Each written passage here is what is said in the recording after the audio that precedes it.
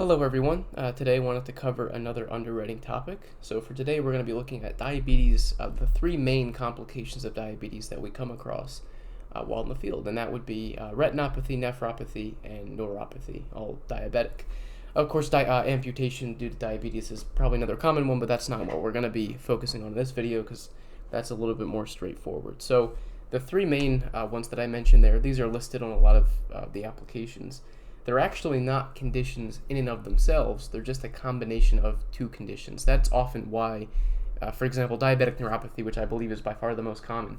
When you're sitting with a client, oftentimes they will swear up and down that they don't have it, they've never heard of it, and oftentimes that's simply because it's not a condition in the traditional sense. Their doctor might not have talked about that with them. They might not even be aware of it.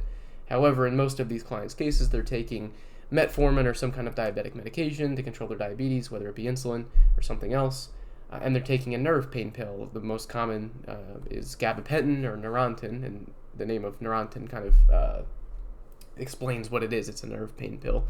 So the client might be sitting there thinking, well, I just take a pain medication and I have diabetes. What do you mean I have diabetic neuropathy? When in fact, that's exactly what their health history indicates.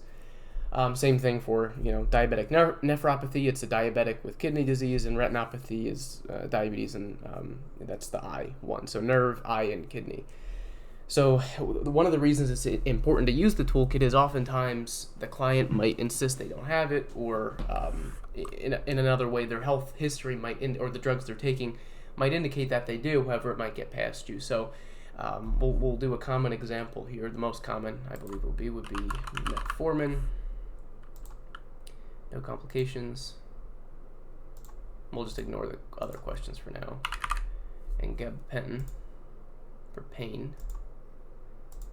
And you can see it'll auto-add diabetic neuropathy. Now you can remove this. There are some carriers where if you provide an explanation, it might not necessarily be viewed that way. For example, gabapentin can be taken for seizures. So if someone is taking metformin and then gabapentin for seizures, they in fact might not have diabetic neuropathy, but in the majority of cases, that is the case, especially when clients are just unaware of it. You kind of have to make your own conclusions off of their health history before you submit an application.